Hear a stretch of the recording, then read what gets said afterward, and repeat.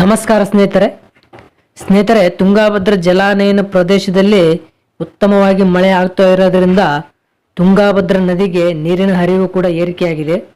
ಇದರಿಂದ ತುಂಗಾಭದ್ರಾ ಡ್ಯಾಮ್ಗೂ ಕೂಡ ಒಳಹರಿವು ಭಾರಿ ಏರಿಕೆಯಾಗಿದೆ. ಹಾಗಾದರೆ ಸ್ನೇಹಿತರೆ, ಇವತ್ತಿನ ತುಂಗಾಭದ್ರಾ ಡ್ಯಾಮ್ನಲ್ಲಿ ಎಷ್ಟು ಅಡಿ ನೀರು ಇದೆ, ಎಷ್ಟು TMC ನೀರು ಸಂಗ್ರಹವಾಗಿದೆ ಮತ್ತು ಒಳಹರಿವು ಹೊರಹರಿವಿನ ಬಗ್ಗೆ ಸಂಪೂರ್ಣವಾಗಿ ಮಾಹಿತಿಯನ್ನು ತಿಳಿಯೋಣ. ಅದಕ್ಕಿಂತ ಮೊದಲು ಈ ವಿಡಿಯೋಗೆ ಒಂದು ಲೈಕ್ ಮಾಡಿ. ಹಾಗೆ ತುಂಬಾ ಜನ ನಮ್ಮ ಚಾನಲ್ ಸಬ್ಸ್ಕ್ರೈಬ್ ಮಾಡದೆ ವಿಡಿಯೋಸ್ ನೋಡ್ತಿದ್ದೀರಾ, ದಯವಿಟ್ಟು ನಮ್ಮ ಚಾನಲ್ ಸಬ್ಸ್ಕ್ರೈಬ್ ಮಾಡಿ. ಹಾಗೆ ಪಕ್ಕದಲ್ಲಿರುವ ಬೆಲ್ ಐಕನ್ ಪ್ರೆಸ್ ಮಾಡಿ, ಈ ವಿಡಿಯೋ ಶೇರ್ ಮಾಡಿ.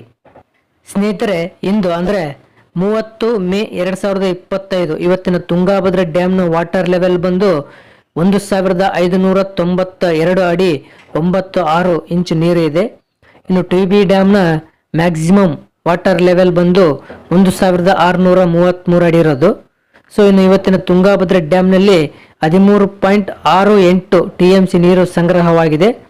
ಇನ್ನು TB ಡ್ಯಾಮ್ನ ಮ್ಯಾಕ್ಸಿಮಮ್ ವಾಟರ್ ಸ್ಟೋರೇಜ್ ಕೆಪಾಸಿಟಿ ಬಂದು 105.78 TMC ಇರೋದು.